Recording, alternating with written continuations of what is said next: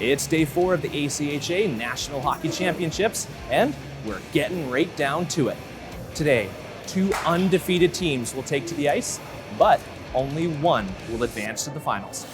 Will the Huskies do what so far has seemed impossible? Or will the Cougars harness the Huskies as they continue their path toward that oh-so-sweet three-peat?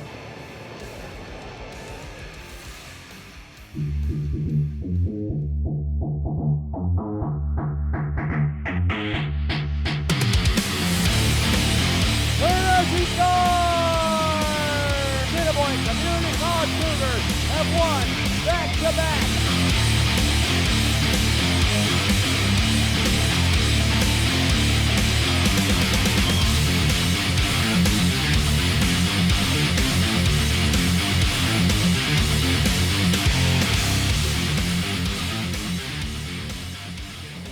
Welcome back inside the New England Sports Center. I'm Lincoln Jordan. Today is the ACHA National Championship semifinals, and the Cougars are preparing to face the Northeastern University Huskies.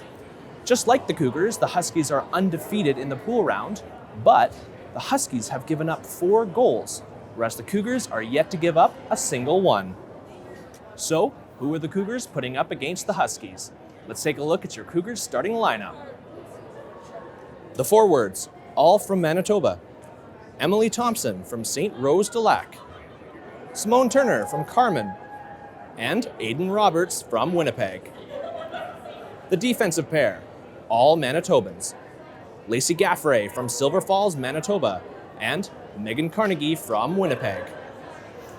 The yellow lineup features Manitoba forwards Savannah Doak from The Pas, Elise Belanger from Ile-de-Gênes, and Peyton Malchuk from Bernal. The defensive pair, Catherine Fisher from Fort Frances, Ontario, and Mackenzie Dixon from St. Malo, Manitoba.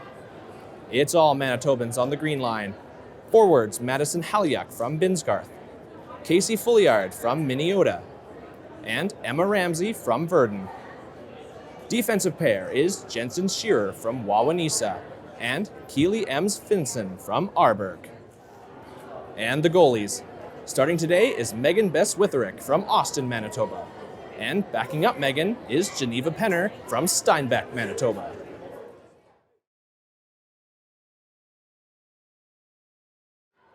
None of these players could play if not for the most important part of ice hockey. I'm talking about the ice. Our own Nicole Ruth goes behind the scenes to meet one of the unsung heroes of the hockey game. Thanks, Lincoln. I'm here at rink number 7, where the ice is currently being prepared for the next game.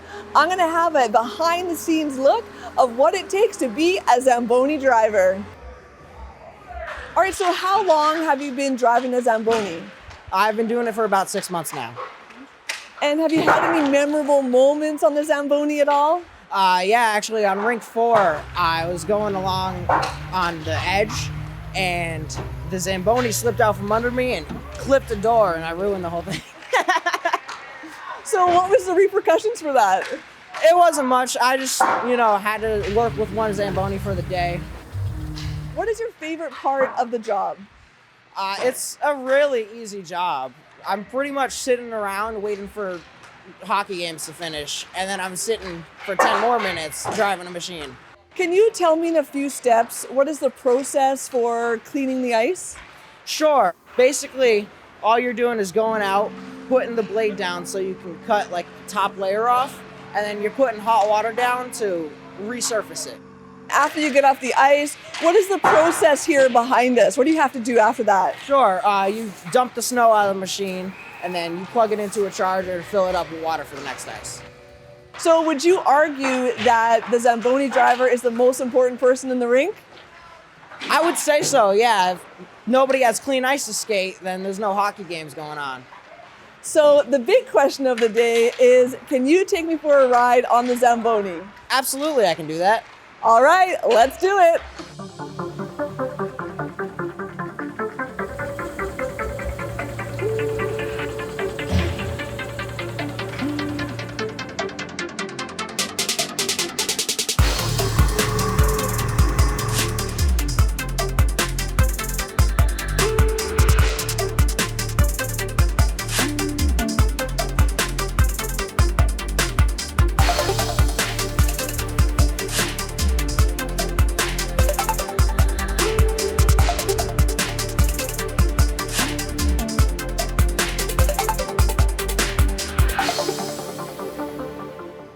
ice is now freshly cleaned and ready for the next game. From rink number 7, I'm Nicole Ruth. Back to you.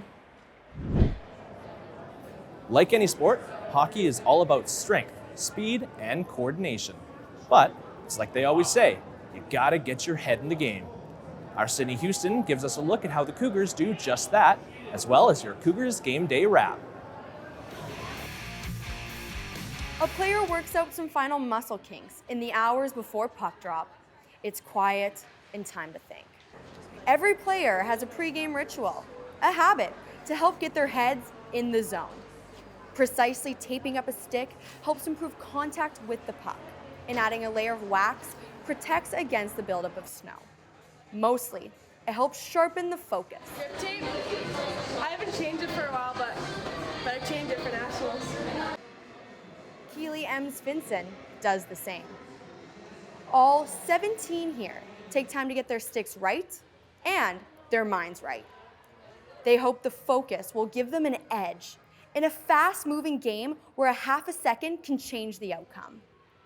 It's the job of this former high-level hockey player to toughen up the women mentally.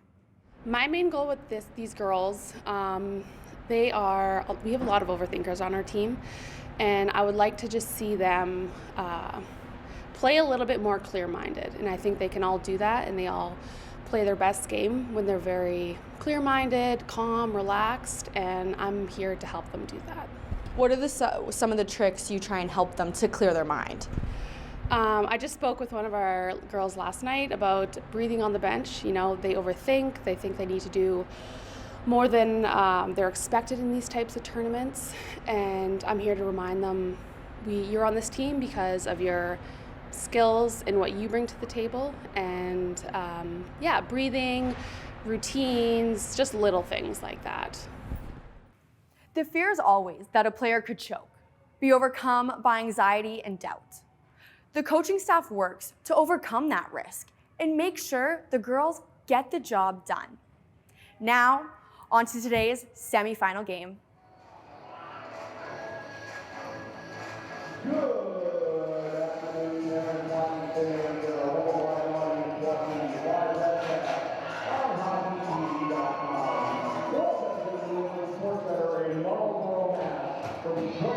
The Cougars opened the period trying to put the pressures on the Huskies' net. But in a sign of things to come, the Huskies goalie consistently made the saves. The Cougars soon realized they faced an opponent whose skills and energy matched their own.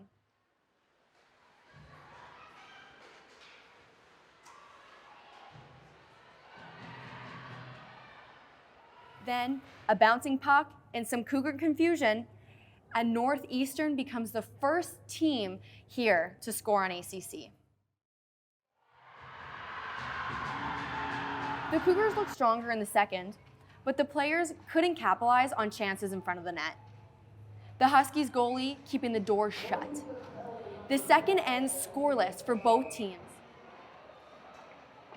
The third period, the Cougars start to pick up their mojo. And then this, the goal for the Cougars. Lacey Gaffrey of Silver Falls ties the game on a Cougars power play. It's 1-1.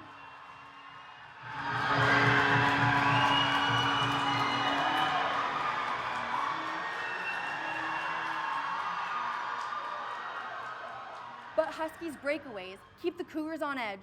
Regulation ends in a tie. The Huskies goalie doing great work, keeping the puck out of the net. Overtime has the same rhythm of the last two periods in regulation. Cougars consistently apply pressure, but are unable to score. And then this. Northeastern capitalizes on a rebound, and it's all over. The Northeastern University Huskies celebrate. The Cougars are stunned. For most of the game, they've been the better team. But sudden death overtime means just that. The Huskies will advance to the final game on Monday. The Cougars are denied their three-peat. From the stands, applause for their tremendous performance through the regular season and 3 shutouts in pool play. Their coach says he is completely satisfied with the season now behind him. We dominated them the whole game. You know, we threw everything, threw everything at them. But we just couldn't get, get a goal. Like I say, and credit to Northeastern. They played us hard. You know, they were hard on us. Every time we touched the puck, they were banging and crashing on us and doing everything they can, you know, and frustration did set in with some of our girls, you know, because they just couldn't, find the ice, to move in, you know. So, but like I say, that's the way it goes. You know, sometimes you win, sometimes you lose, and we took it on the chin today. The Cougars are understandably disappointed. Many are graduating and won't return next year. The captain, Simone Turner, has come to the end of her eligibility. Coach Tony Bertone says he has 7 players returning next year, and he's already looking forward to spring camp in April. He says the Cougars will be at the next ACHA Nationals in St. Louis in 2024. From the New England Sports Center, I'm Sydney Houston. The Cougars are a group of strong, intelligent women, but even they came from humble beginnings. Our own Katrina Spangler takes us back in time as we see this team go from kittens to Cougars. Thanks, Lincoln.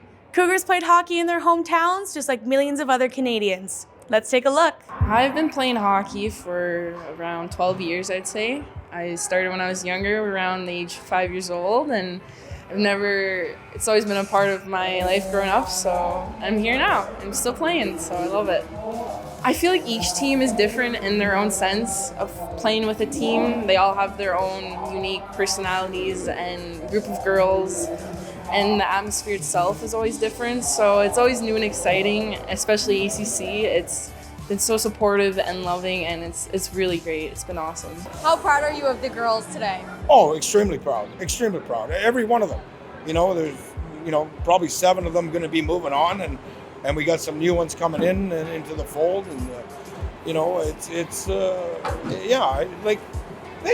they played their heart out. They really did, and I just feel so sorry for them.